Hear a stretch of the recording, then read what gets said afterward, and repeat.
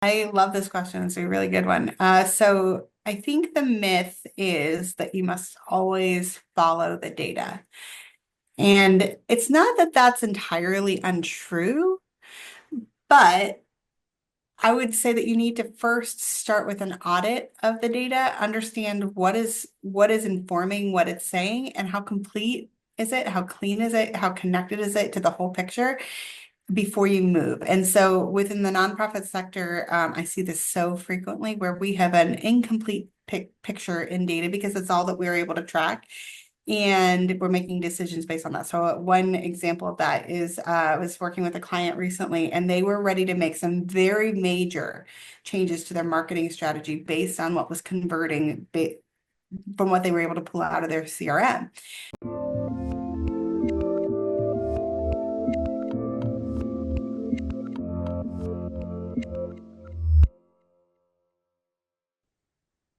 Hey everyone, this is Devin Miller here with another episode of The Inventive Expert. I'm your host, Devin Miller, the serial entrepreneur that's grown several startups into 7 and 8 figure businesses, as well as founder and CEO of Miller IP Law, where he helps startups and small businesses with their patents and trademarks. You ever need help with yours, just go to strategymeeting.com, grab some time with us to chat, and we are always here to help. Now, today we've got another great guest on the podcast, Colleen Cook. And Colleen, we're going to be talking a lot about a lot of different things about nonprofits. So, or those types of organizations, how you can consider strategy, marketing and sales, how you look at doing fundraising, defining the identity. Also, looking a little bit about building the product as part of the business and selling it as opposed to getting investments and looking at setting up a nonprofit as a consulting firm and a lot of different aspects of it. So it should be a great episode, a great conversation. And with that much as a introduction, welcome on the podcast, Colleen. Hey, thanks so much, Devin. It's great to be here.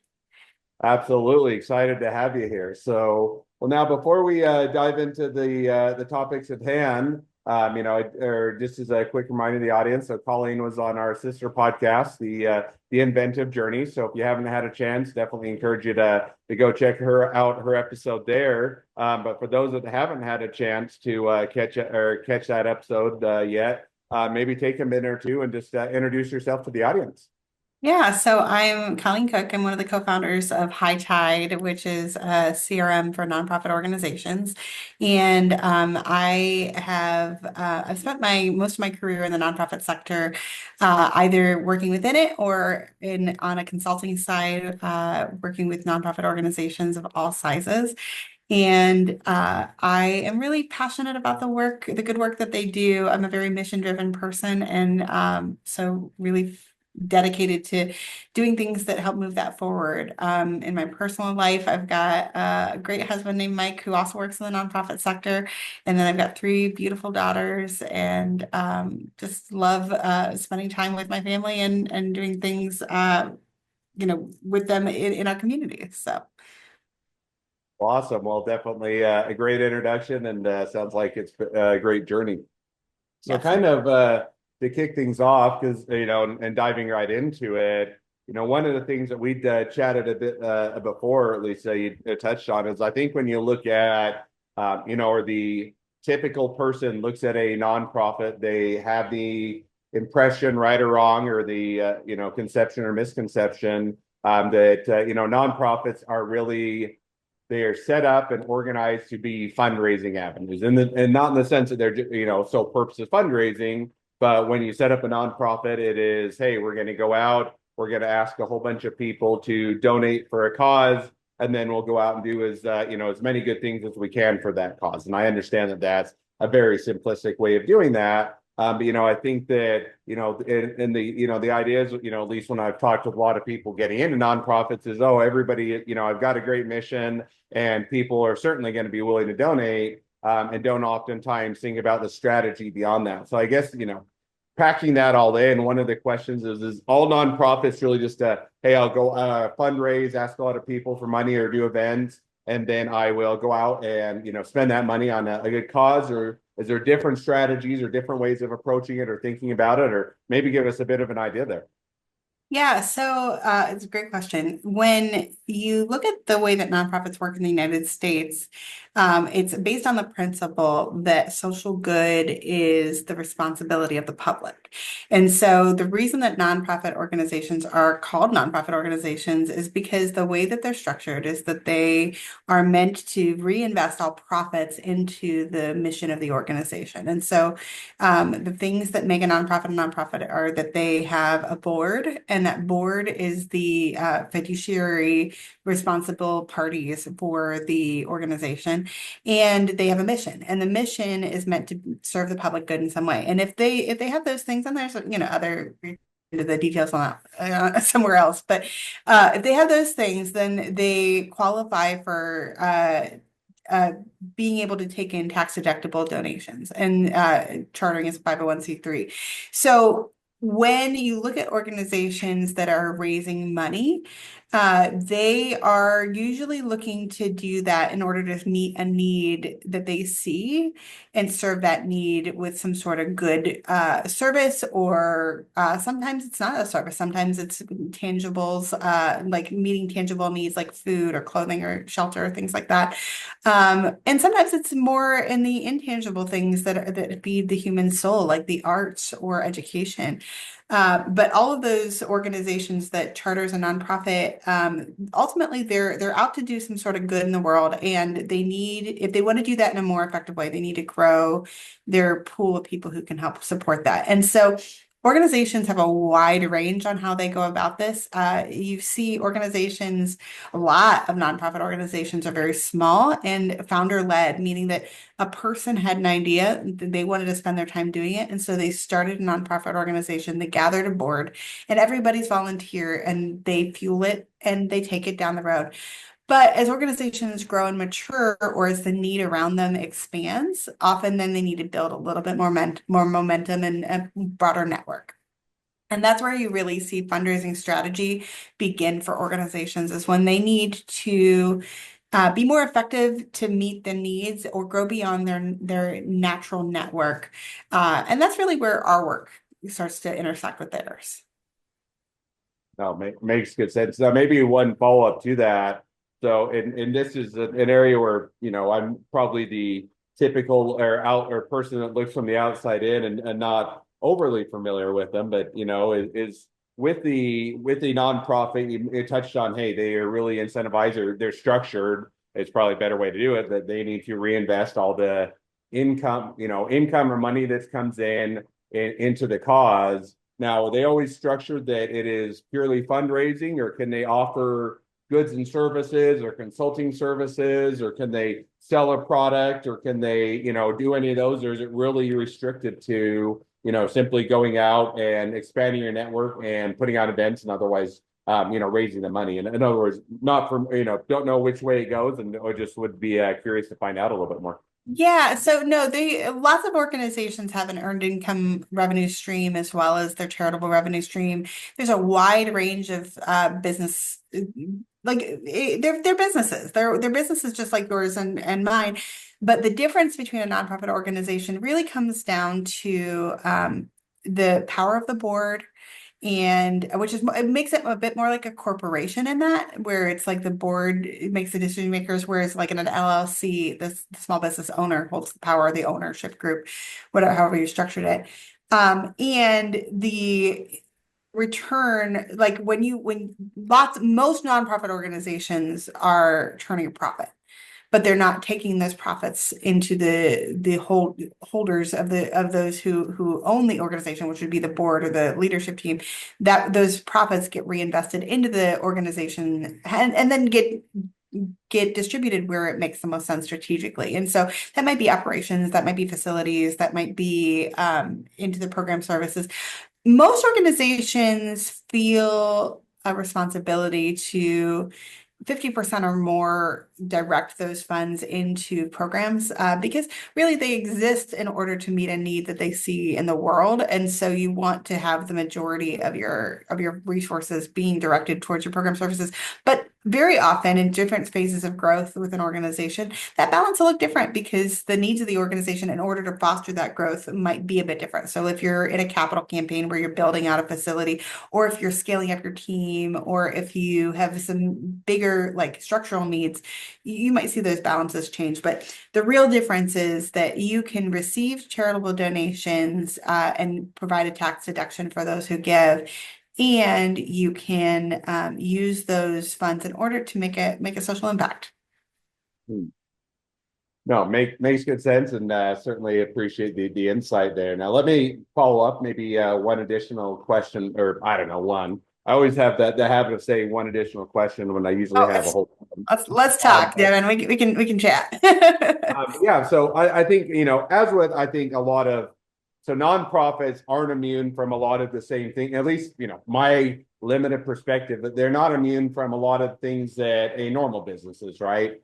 They're going to have a sustainable business. They're going to have a strategy to stay in it long term. In other words, a lot of startups and small businesses that are for profit, they go out of business. They don't have the runway. They don't have the ability to sustain it. And, the odds are a lot of small startups and small businesses won't make it more than, a few years. And I would assume that's probably holds true with the non-for-profit. So in other words, if you do a nonprofit, you may have a great cause. We're going to, and I'll make it up, cure cancer, or we're going to, help with childhood hunger, or something more local to your neighborhood, or we're going to do X, Y, and Z.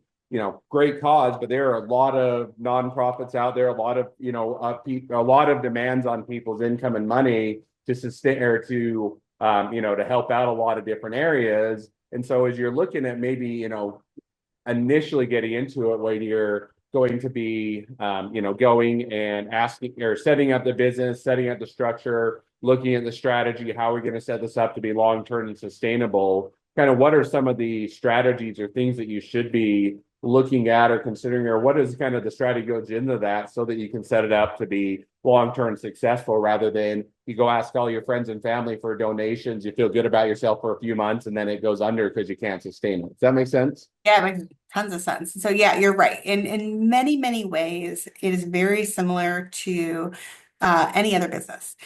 So you've got the, program services, which is often the thing you do if, and again, every organization is a bit different with this, but there's the thing that you're doing to serve the world. And then there's usually an earned revenue aspect or often a earned revenue aspect to what you do as well. So there's a sales side of what you do. You've got, institutional organizational structure with different types of organizations. And then so staffing is as a focus, being strategic about who you hire, when you hire, how you hire.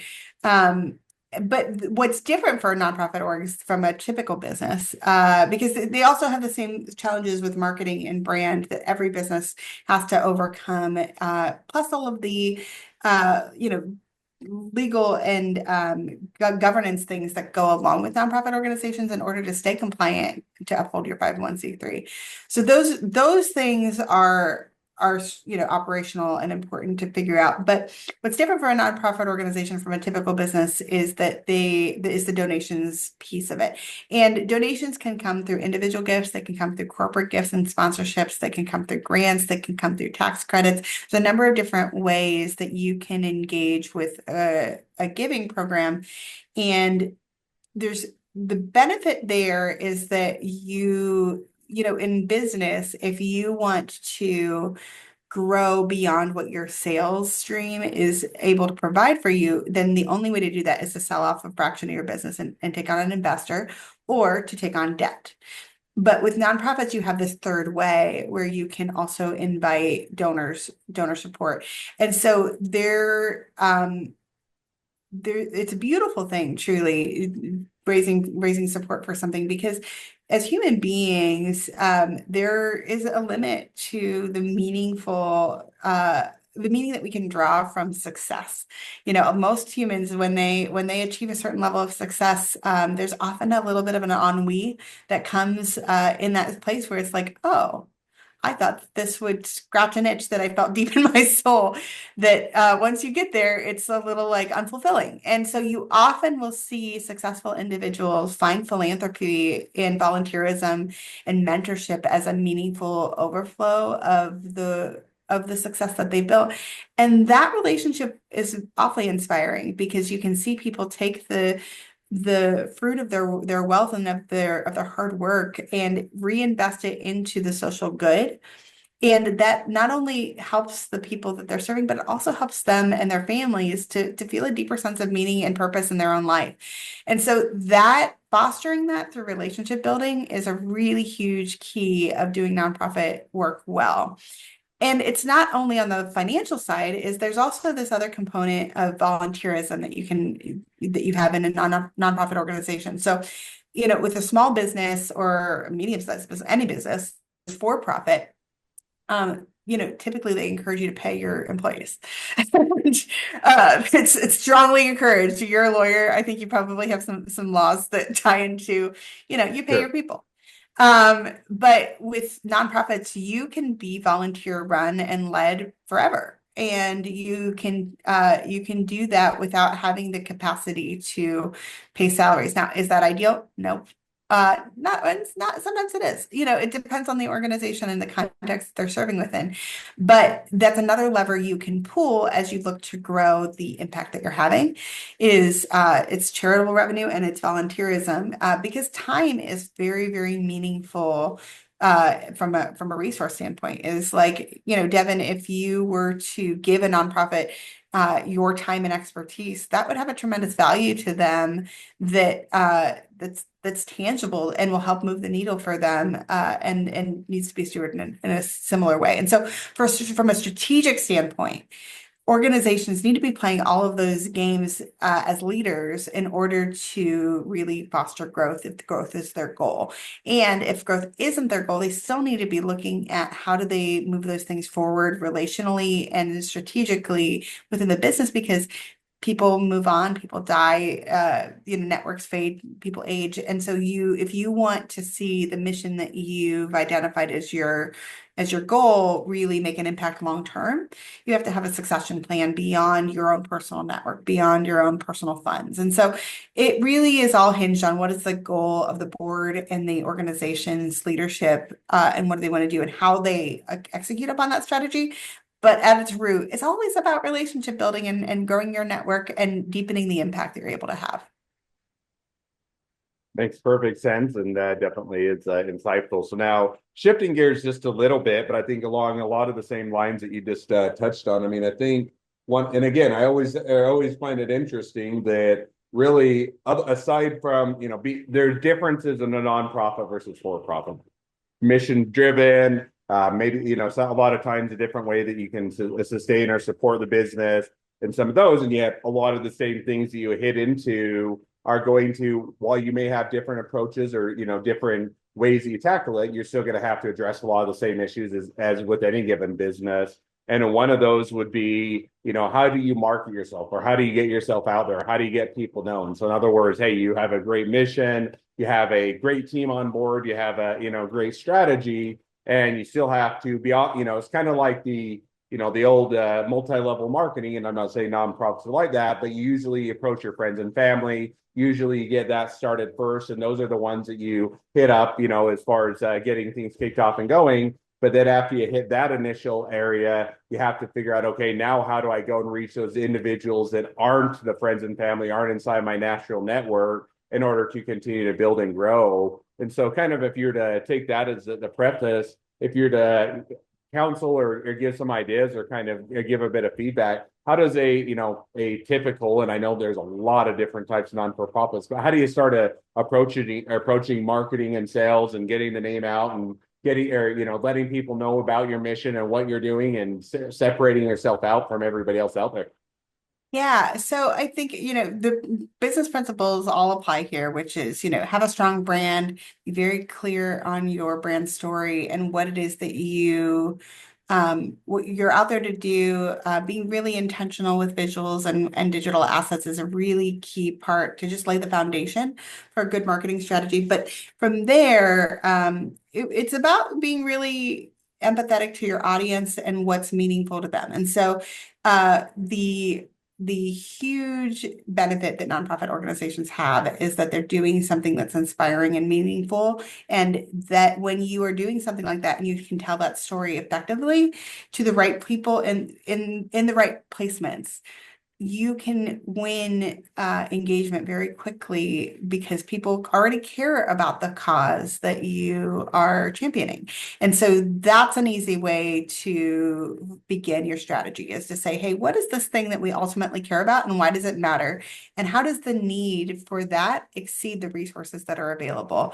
Because that's what's going to compel someone to want to engage with you in giving, or in volunteerism, or in attendance, or in purchasing, if that's the approach. But it's really about being really clear on what is that compelling story. In nonprofit, you often, in fundraising, you call it a case for support, but it's really just a good brand story where you can say, hey, we see something and it's a problem, and there's a problem that it's facing our world, and you may not even fully understand it, but let me tell you about it. And here's how serious it is and how significant it is. But we found a way to help. And if we found a way to help, this is how we're helping, and this is the impact it's making. However, there's even more that could happen, and we need help to do that. Would you be so kind as to consider that? And so then it's about inviting people. The decision to become a donor is the hardest decision. It's once you get somebody to become a donor, it's a far easier to get them to engage as a donor again in deeper ways. But it's the not a donor to becoming a donor is the most significant obstacle for organizations to overcome. And that part of marketing is called donor acquisition. And that's something that our team is really specialized in over the years, is strategies for that. And it's always hinged on telling a lot of great stories really well, and then creating really intentional digital paths and data tracking systems that help you to then figure out how do we, one, make it really simple for people to convert, and two, identify based on behavior where you can go next with your strategy and with your outreach. And so whether that's on the sales side or the fundraising side, it's the right answer for organizations in most cases, because there is this heart aspect where people are making these decisions with the heart to engage with your organization, and they feel good about doing that. And so giving them that avenue is really key.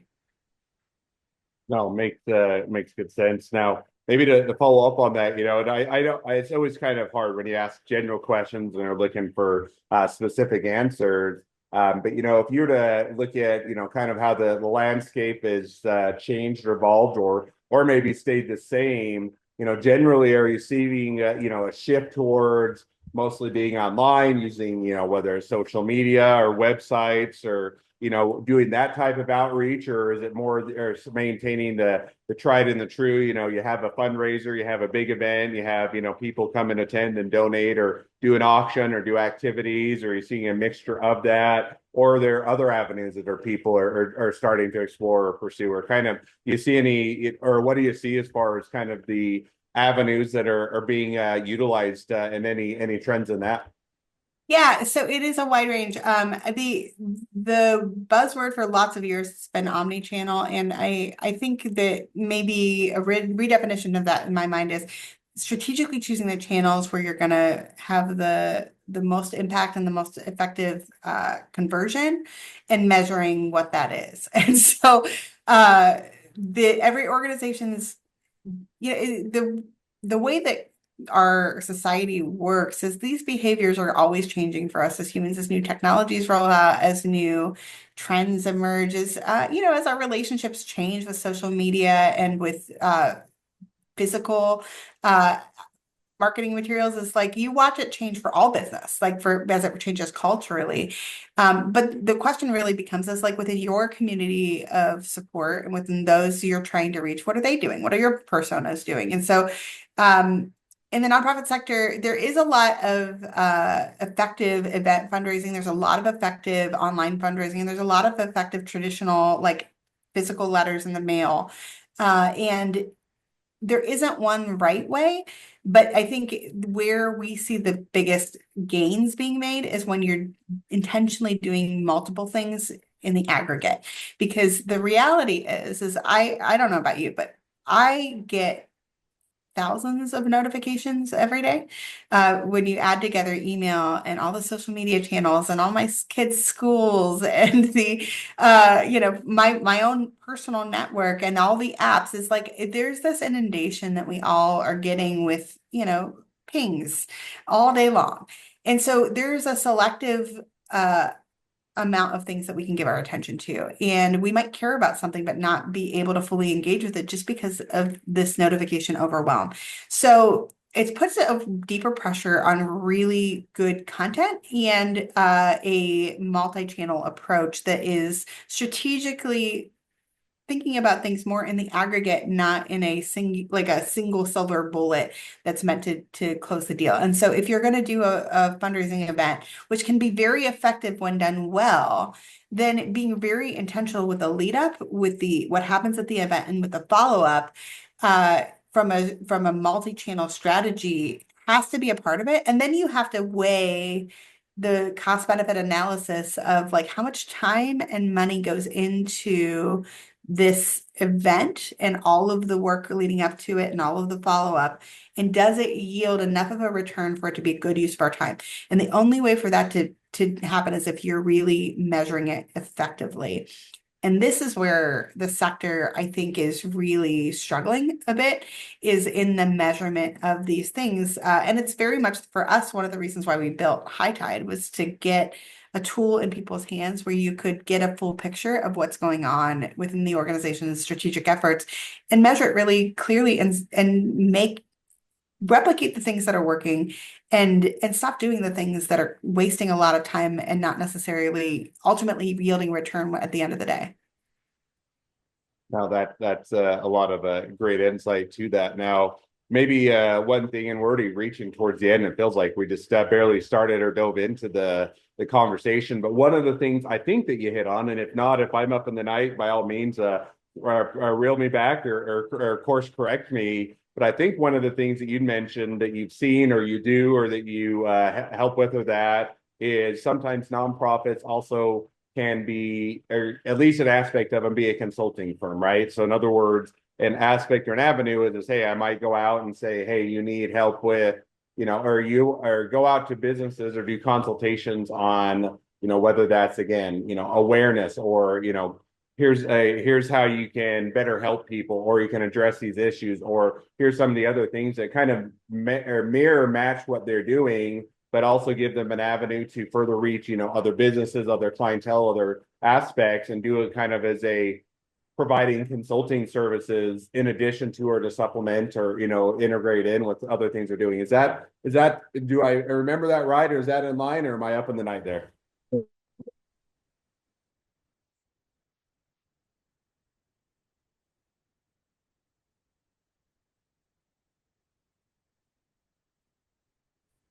All right, so we are back. We had a slight technical issue with getting disconnected, but I think we're back and continuing to go. So audience gets to see how things play out, and always try to keep it natural and fluid. But no, the wind up I was or the question and the wind up I was going to ask Colleen was regards to one of the things I thought was interesting, or in our previous conversation, was a bit of the idea that sometimes nonprofits, either or as a avenue or a way to generate income for the nonprofit and or as a way to further outreach, marketing, sales, or that is to also take on sometimes a consulting role. In other words, you can say, hey, we're going to offer consulting services. We have a specialty, we have a knowledge in a given area that may be helpful to a business, may be helpful to other individuals. And so you sometimes will ask or take an aspect of the nonprofit and do it as a consulting firm or offer consulting services. So maybe give us an insight as to how that might work, or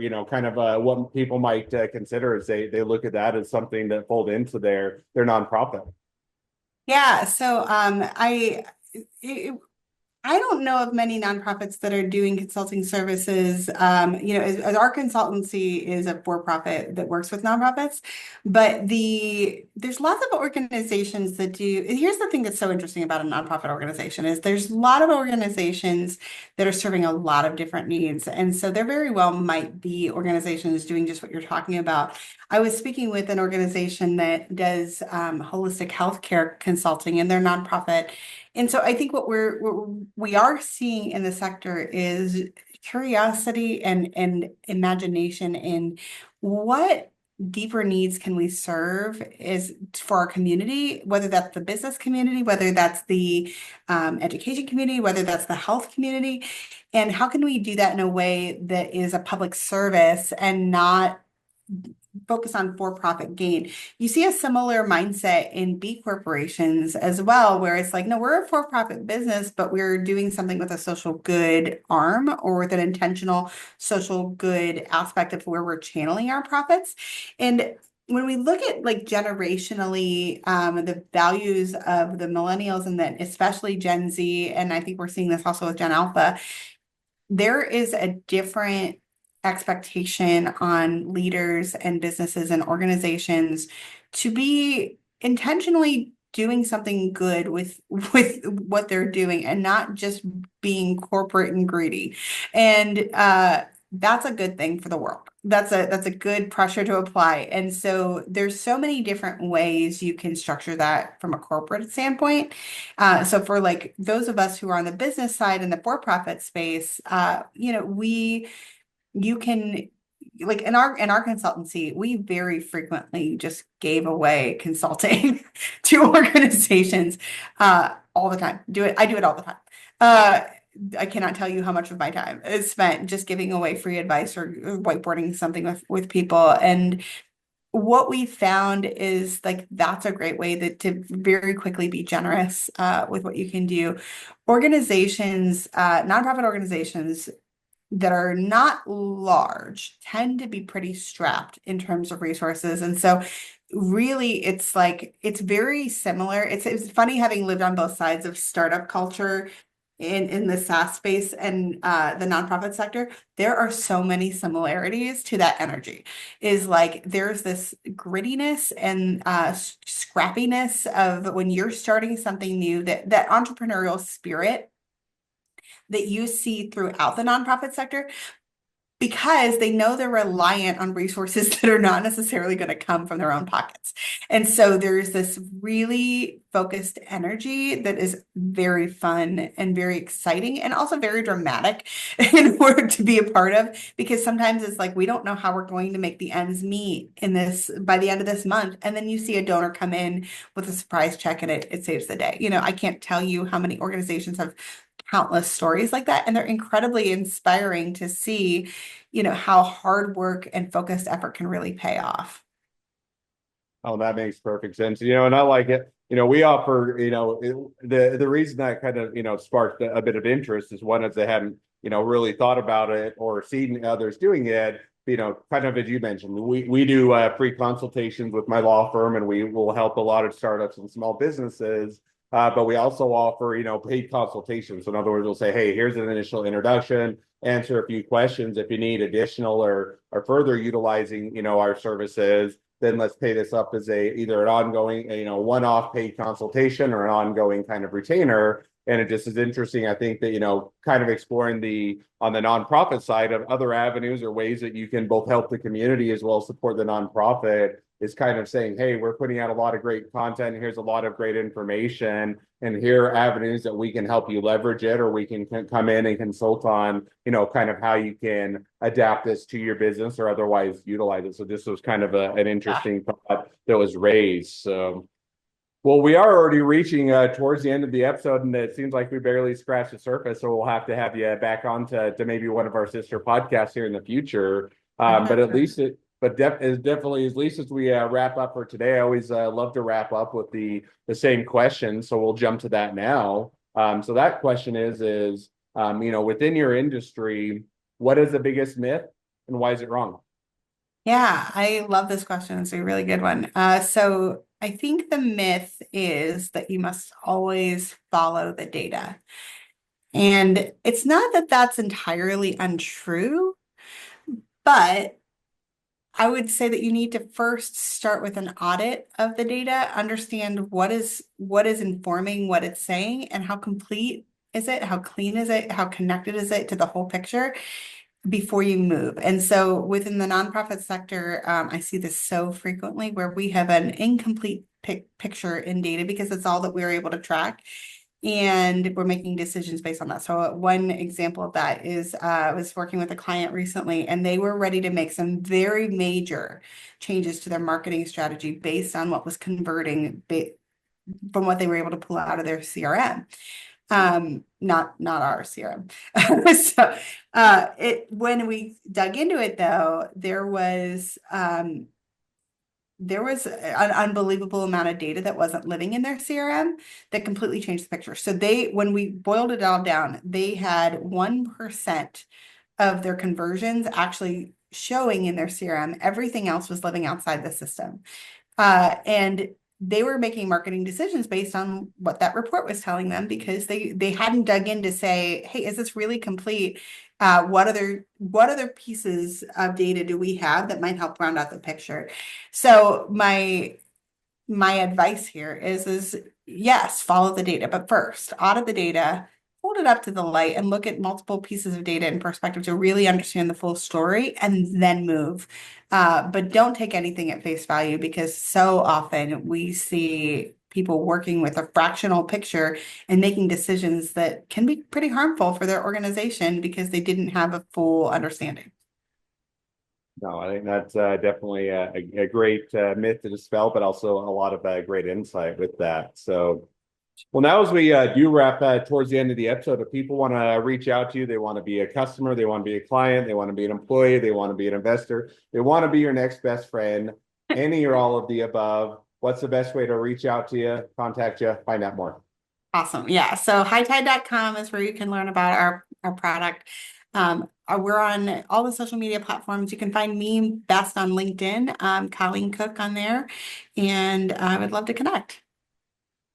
Awesome. We'll definitely encourage people to reach out, support a great business, expand their network, and if nothing else, make a new best friend. So, with that, thank you again, Colleen, for coming on the podcast. It's been fun. It's been a pleasure. Now, Thanks. for all of the other listeners that are out there, if you have your own journey to share and you'd like to be a guest on the podcast, we'd love to have you. Just go to inventiveunicorn.com, apply to be on the show. A couple more things as listeners. Make sure to click share, subscribe, leave us a review. Helps us to reach even more startups and small businesses to help them along their journey to success. And along that note, if along your journey you ever need help with patents or trademarks or anything else with your startup, your small business, just go to strategymeeting.com, grab some time with us to chat, and we are always here to help. Well, thank you again, Colleen, for coming on the podcast, and wish the next leg of your journey even better than the last. Thanks, Devin. It's been a pleasure.